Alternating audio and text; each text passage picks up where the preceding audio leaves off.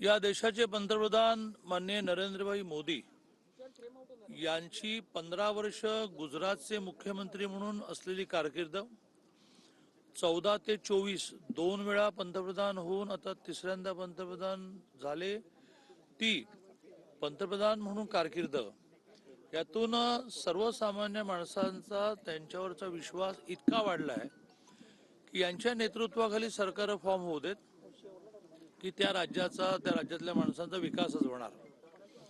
याला अपवाद 24शी लोकसभा थोडी राहिली, खोटा नॅरेटिव्ह, खोटा समज निर्माण केला गेला आणि तो लोकसभेनंतर लोकांनाही कळला की गडबड झाली.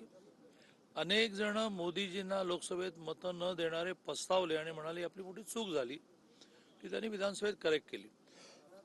त्यामुळे लोकसभेतल्या खोटं बोलवून मिळालेल्या यशानंतर विरोधकांना असं वाटलं होतं की मोदीजींचा करिश्मा राहिला नाही.